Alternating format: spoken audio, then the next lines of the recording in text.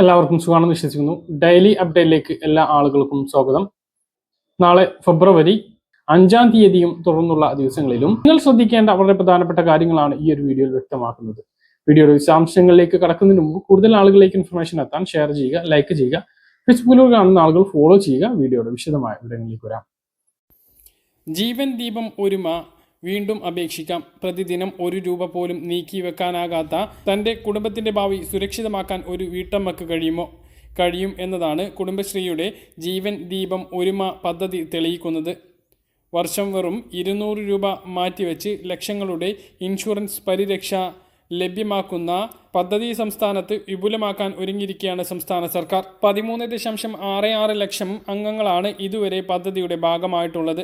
2025 March മുതൽ ഇതുവരെ 4353 കുടുംബങ്ങൾക്കായി 7.61 കോടി രൂപ സഹായം കൈമാറിയതിലൂടെ കേവലം ഇൻഷുറൻസ് എന്നതിലുപരി സാധാരണക്കാരിയായ വീട്ടമ്മയ്ക്ക് സർക്കാരിൻ്റെ കരുതലായി പദ്ധതി മാറിയിട്ടുണ്ട്. LICയും സംസ്ഥാന ഇൻഷുറൻസ് വകുപ്പും കൈകോർത്താണ് സ്നേഹ സുരക്ഷ നടപ്പിലാക്കുന്നത്. 18 മുതൽ 74 വയസ്സുവരെ ഉള്ളവർക്ക് പദ്ധതിയുടെ ഭാഗമാകാം. സ്വാഭാവിക മരണമോ അപകട മരണമോ സംഭവിച്ചാൽ അംഗത്തിൻ്റെ വായ്പകൾ ഇൻഷുറൻസ് തുകയിൽ നിന്നും തിരിച്ചടച്ച ശേഷം ബാക്കിയുള്ള തുക അവകാശികൾക്ക് നൽകും. 18 മുതൽ 50 വയസ്സുവരെയുള്ളവർക്ക് 2 ലക്ഷം രൂപയും മറ്റുള്ളവർക്ക് യഥാക്രമം 80,000, 30,000, 25,000 എന്നിങ്ങനെയാണ് പ്രായത്തിന് അനുസരിച്ച് ആനുകൂല്യം നൽകുന്നത്. അപകട മരണമാണെങ്കിൽ 30,000 രൂപ അധികമായി ലഭിക്കും. ഈ വർഷം മുതൽ വായ്പ എടുത്തവരെയും എടുക്കാൻ ഉദ്ദേശിക്കുന്നവരെയും നിർബന്ധമായും പദ്ധതിയിൽ ചേർക്കാനാണ് കുടുംബശ്രീ ലക്ഷ്യമിടുന്നത്. എല്ലാ ജില്ലകളിലും ഭീമ മിത്രമാരെ തിരഞ്ഞെടുത്ത് ഇവർ മുഖേന അപേക്ഷാ ഫോം ലഭ്യമാക്കും. അയൽക്കൂട്ടത്തിൻ്റെ ബാങ്ക് അക്കൗണ്ട് മുഖേന വാർഷിക പ്രീമിയം അടച്ച് പദ്ധതിയിൽ ചേരാൻ കഴിയുന്നതാണ്. അടുത്ത അറിയിപ്പ്. സംസ്ഥാനത്ത് സപ്ലൈകോ വഴി വിതരണം ചെയ്യുന്ന സബ്സിഡി സാധനങ്ങളുടെ വില പരിഷ്കരിച്ചുകൊണ്ട് ഭക്ഷ്യ വിതരണ വകുപ്പിൻ്റെ ഉത്തരവ് പുറത്തുവന്നു.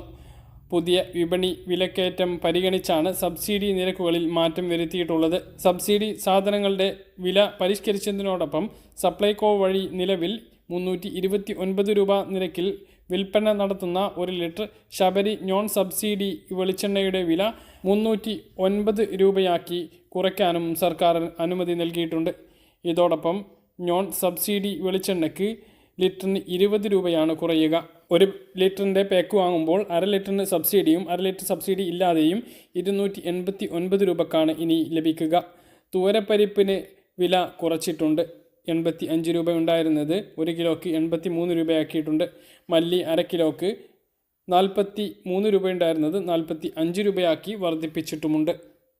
നിലവിലെ വില: ചെറുപയർ 85 രൂപ, ഉഴുന്ന് 87 രൂപ, കടല 63 രൂപ, വൻപയർ 83 രൂപ, തുവരപ്പരിപ്പ് 85 രൂപ, മുളക് 136 രൂപ, മല്ലി 1/2 കിലോ 45 രൂപ, പഞ്ചസാര 34 രൂപ, വെളിച്ചെണ്ണ സബ്സിഡിയും നോൺ സബ്സിഡിയും ചേർത്ത് 289 രൂപ, ജയാരി 33 രൂപ, കുറുവരി 33 രൂപ, മട്ടരി 33 രൂപ, പച്ചരി 29 രൂപ എന്നിങ്ങനെയാണ്.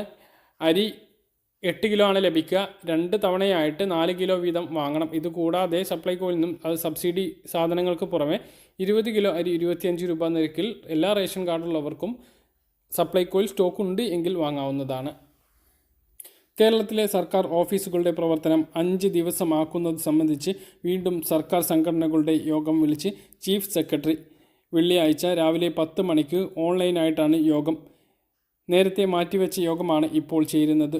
ഓരോ സംഘടനയിൽ നിന്നും ഓരോ പ്രതിനിധിയെയാണ് പങ്കെടുക്കുന്നതിന് വേണ്ടി ചീഫ് സെക്രട്ടറി നിർദ്ദേശം നൽകിയിട്ടുള്ളത്. പ്രവൃത്തി ദിവസം 6-ൽ നിന്നും 5 ആക്കണമെന്ന് ഭരണപരിഷ്കാര കമ്മീഷനും ശമ്പള കമ്മീഷനും ശുപാർശ ചെയ്തിരുന്നു. പകരം 1 മണിക്കൂർ ജോലി സമയം കൂട്ടണം എന്നാണ് നിർദ്ദേശം. ഓരോ മണിക്കൂർ ജോലി കൂട്ടുന്നതിനെ സർവീസ് സംഘടനകൾ എതിർക്കുന്നില്ല. എന്നാൽ പൊതു അവധി ദിവസങ്ങൾ കുറയ്ക്കണമെന്ന നിർദ്ദേശത്തോടാണ് സംഘടനകൾ എതിർപ്പ് ശക്തമാക്കുന്നത്. മുമ്പ് മാസം 2-ാം ശനിയാഴ്ചയും 4-ാം ശനിയാഴ്ചയും കൂടി അവധി ആക്കണമെന്നതിനെക്കുറിച്ച് ആലോചനയുണ്ടായിരുന്നു. എന്നാൽ ജീവനക്കാരുടെ കാഷ്വൽ ലീവ് കുറക്കും എന്ന നിർദ്ദേശം വെച്ചതോടുകൂടി സംഘടനകൾ എതിർപ്പുമായി രംഗത്തെത്തി. ഇതിനെ തുടർന്ന് വ്യത്യസ്തമായി എല്ലാ ശനിയാഴ്ചയും ഞായറാഴ്ചയും അവധി ദിവസങ്ങളാക്കുന്നതാണ് പുതിയ ശുപാർശ. നിലവിൽ 7 മണിക്കൂറാണ് സർക്കാർ ഓഫീസുകളുടെ പ്രവർത്തന സമയം. നഗരങ്ങളിൽ 10:15 മുതൽ വൈകുന്നേരം 5:15 വരെയും മറ്റിടങ്ങളിൽ 10 മണി മുതൽ 5 മണി വരെയുമാണ് സർക്കാർ ഓഫീസുകളുടെ പ്രവർത്തന സമയം. പ്രവൃത്തി ദിവസങ്ങളിൽ കാലത്തും വൈകുന്നേരവുമായി സമയം 1.5 മണിക്കൂർ കൂടി ദീർഘിപ്പിച്ചാൽ 7.5 മണിക്കൂർ ലഭിക്കുന്നതാണ്. ഇത് ശനിയാഴ്ചത്തെ അവധിക്ക് പകരമാവുകയും ചെയ്യും. അങ്ങനെയെങ്കിൽ നിലവിൽ രാവിലെ 10:15 എന്നുള്ളതിന് പകരം 9:15 അല്ലെങ്കിൽ 9:30 ആരംഭിക്കണം. വൈകുന്നേരം 5:15 പകരം 5:30 അല്ലെങ്കിൽ 5:45 അവസാനിക്കുന്ന രീതിയും ആക്കേണ്ടി വരും. സംസ്ഥാനത്തെ സ്കൂൾ സമയമടക്കമുള്ള ഘടകങ്ങൾ ഇക്കാര്യത്തിൽ പരിഗണിക്കേണ്ടി വരും. ഇപ്പോൾ സർക്കാർ ഓഫീസുകൾ ശനിയാഴ്ചയും അവധിയാകുന്നതിലേക്കാണ് പുതിയ ചർച്ചകൾ നടക്കുന്നത്. ബാങ്കുകൾ എല്ലാ ശനിയാഴ്ചയും അവധിയാക്കുന്നതുമായി ബന്ധപ്പെട്ട് ജനുവരി 27 ദേശീയ പണിമുടക്ക് നടത്തിയിരുന്നു.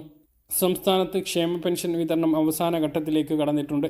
ഇനിയും ലഭിക്കാത്ത ആളുകൾ സേവന വെബ്സൈറ്റ് ഒന്ന് പരിശോധിക്കണം. അതിന് മൊബൈൽ ഫോണിൽ ക്രോം ബ്രൗസറോ ഗൂഗിളോ എടുത്തുകൊണ്ട് സേവന പെൻഷൻ എന്ന് ടൈപ്പ് ചെയ്ത് സെർച്ച് ചെയ്തതിന് ശേഷം ആദ്യം വരുന്ന ലിങ്കിൽ ക്ലിക്ക് ചെയ്ത് പെൻഷൻ ID നമ്പറോ ആധാർ കാർഡ് നമ്പറോ നൽകിക്കൊണ്ട് സ്റ്റാറ്റസ് പരിശോധിക്കാവുന്നതാണ്. എന്തുകൊണ്ടെങ്കിലും മുടങ്ങിയിട്ടുണ്ട് എങ്കിൽ ഈ മാസത്തെ പെൻഷൻ, അതായത് ജനുവരി മാസം വിതരണം ചെയ്ത പെൻഷൻ വിതരണം നടത്തിയിട്ടുണ്ടോ എന്നും അതിൽ കാണിക്കുന്നതാണ്. വരുമാന സർട്ടിഫിക്കറ്റ്, അതുപോലെ തന്നെ വിവാഹിത സർട്ടിഫിക്കറ്റ്, ഇവയുമായി ബന്ധപ്പെട്ട വിവരങ്ങളും അതിൽ കാണാൻ കഴിയുന്നതാണ്. അപ്പോൾ പെൻഷൻ ഇതുവരെ ലഭിക്കാത്ത ആളുകൾ ആ കാര്യം നോക്കുക. അടുത്ത സാമ്പത്തിക വർഷം മുതൽ എല്ലാ വർഷവും രാജ്യത്തെ ഉപഭോക്താക്കളുടെ വൈദ്യുതി ബില്ല് സ്വയം വർദ്ധിപ്പിക്കും എന്ന് റിപ്പോർട്ട്. കേന്ദ്ര സർക്കാർ തയ്യാറാക്കിയ ദേശീയ വൈദ്യുതി നയത്തിന്റെ കരടിലാണ് ഈ സൂചന ഉള്ളത്. വൈദ്യുതി താരിഫ് പരിഷ്കരണത്തിന് NEP-യിൽ പുതിയ നിർദ്ദേശം മുന്നോട്ട് വെച്ചിരിക്കുകയാണ് കേന്ദ്ര വൈദ്യുതി മന്ത്രാലയം. വൈദ്യുതി ഉൽപാദനത്തിനും വിതരണത്തിനുമുള്ള ചെലവിന്റെ അടിസ്ഥാനത്തിൽ ഈ നിരക്ക് നിർണയിക്കും. സംസ്ഥാനങ്ങളിലെ വൈദ്യുതി റെഗുലേറ്ററി കമ്മീഷനുകൾക്ക് തന്നെ ആയിരിക്കും. എന്നാൽ റെഗുലേറ്ററി കമ്മീഷനുകൾ നടപടി സ്വീകരിച്ചില്ലെങ്കിൽ വൈദ്യുതി ഉൽപാദന ചെലവ് കണക്കാക്കി നിരക്ക് സ്വയം പുനർനിർണയിക്കുന്നതിന് ഇൻഡെക്സ് ലിങ്ക്ഡ് താരിഫ് പരിഷ്കരണമാണ് NEP തയ്യാറാക്കിയത്. വൈദ്യുതി ഉൽപാദനത്തിനും വിതരണത്തിനുമുള്ള ചെലവ് വർദ്ധിച്ചാൽ പൂർണ്ണമായും ഉപഭോക്താക്കളിൽ നിന്നും വാങ്ങണമെന്നാണ് NEP-യിൽ നിർദ്ദേശം. ഓരോ മാസത്തിന്റെയും അടിസ്ഥാനത്തിലാണ് വൈദ്യുതിയുടെ ഉൽപാദന വിതരണ ചെലവ് കണക്കാക്കുക. കേന്ദ്ര സർക്കാരിന്റെ ഈ നീക്കം രാജ്യത്തെ വൈദ്യുതി ഉപഭോക്താക്കളുടെ നടു ഒടിക്കും എന്നുള്ള കാര്യത്തിൽ യാതൊരു സംശയവും ഇല്ല. BPL റേഷൻ കാർഡിന് അപേക്ഷിക്കാനുള്ള സമയപരിധി ഈ മാസം 13 അവസാനിക്കും. ഒഴിവാക്കൽ മാനദണ്ഡങ്ങളിൽ ഉൾപ്പെടാത്ത നീല വെള്ള റേഷൻ കാർഡുള്ളവർക്ക് പദ്ധതിയിലേക്ക് അപേക്ഷിക്കാവുന്നതാണ്. സ്ത്രീ സുരക്ഷാ പെൻഷന് ലഭിക്കുന്നതിന് വേണ്ടി BPL റേഷൻ കാർഡ് അത്യാവശ്യമാണ്. അർഹതയുണ്ട് എങ്കിൽ നീല വെള്ള റേഷൻ കാർഡുകൾ ഉടനെ ഇതിന് അപേക്ഷ നൽകുക. സ്വർണ്ണവിലയിൽ ഇന്ന് വർധനവാണ് ഉണ്ടായത്. രാവിലെ 200 രൂപയാണ് ഗ്രാമിന് വർദ്ധിച്ചത്. ഇതോടെ 1 പവൻ സ്വർണത്തിൻ്റെ വില 1,17,720 രൂപയായി. പറഞ്ഞ കാര്യങ്ങൾ കൃത്യമായിട്ട് മനസ്സിലാണെന്ന് കരുതുന്നു. ഇതുപോലുള്ള ഇൻഫർമേഷനുകൾക്ക് ഫോളോ ചെയ്യുക, സബ്സ്ക്രൈബ് ചെയ്യുക. മറ്റൊരു വീഡിയോയുമായി നമുക്ക് വീണ്ടും കാണാം. ഇതുവരെ